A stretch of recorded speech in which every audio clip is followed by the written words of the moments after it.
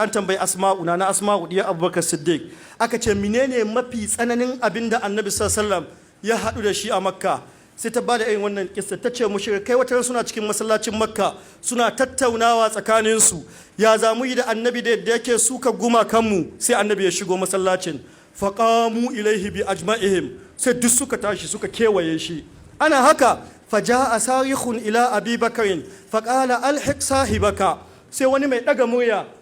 sai ya zo inda sayidina abubakar sai ya ce ka je ga abokinka can ga mutumin ka can masallaci an kewaye shi sai sayidina abubakar ya sheka ya isa masallaci yana da tsoro guda hudu ya yi tsoro guda hudu ya naɗe gashi ne haka naɗewa guda hudu irin wanda larabawa ke yi ya sako su haka yana shigowa masallaci yana karanta wannan ayat ataktuluna rajulan an yaqula rabbi allah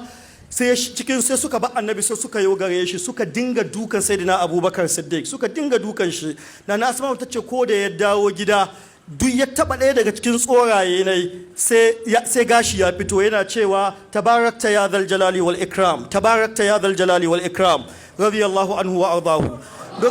kakka yi tsammanin wai yana sha ne kawai in yayi a'a duk wahalar da a ciki ya yadda ya ɗauke ta inda manzon Allah ne sallallahu alaihi wa sallam haka aka yi wannan shekarar 13 yana taba annabi sallallahu alaihi kariya yana taba annabi sallallahu alaihi kariya har aka tashi hijira da aka tashi hijira shi ya ba da babbar kariyar da wani bai taba ba da irin ta ba kariyar da ya bai na farko kamar da tabbata cikin sahih bukhari na Aisha ta ce da tsakar rana annabi sallallahu alaihi ya zo gidanmu lokacin da bai taba zuwa ba ya sa zane ne ya rufe fuska ta yi sai wani ya ce sai na abubakar gafan annabi muhammadu nan ya zo gidan nan lokacin da bai taba zuwa ba ya zo sai ya gaya mai magana hijira ce sai na abubakar ya ce mai asuhbata ya rasulullah zan abukacince ka ya rasulullah annabi sai ya tabbatar mai haka sai na abubakar yayi kuka na Aisha ta ce ban taba ganin ana kuka saboda farin ciki ba sai ran nan sai na abubakar yana kukan farin cikin zai raki annabi sallallahu alaihi wasallama su fita da shi su je wajen hijira da suka kama mi sai na abubakar yayi duk wanda za su je hijira dan gidan abubakar ne duk wanda suka yi hidimar hijira na farko shi ne tafi da manzon Allah sallallahu alaihi wasallam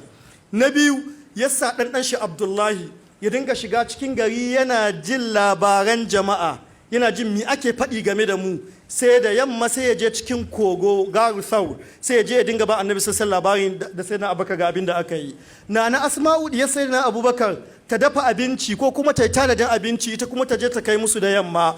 amir bin fuhaira a bawan sai na abubakar shi kuma ya je ya yi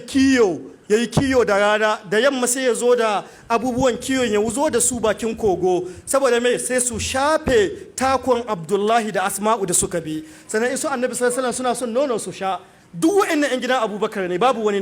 wanda ba dan gidan abubakar ba radiyallahu anhu haka aka shiga kogo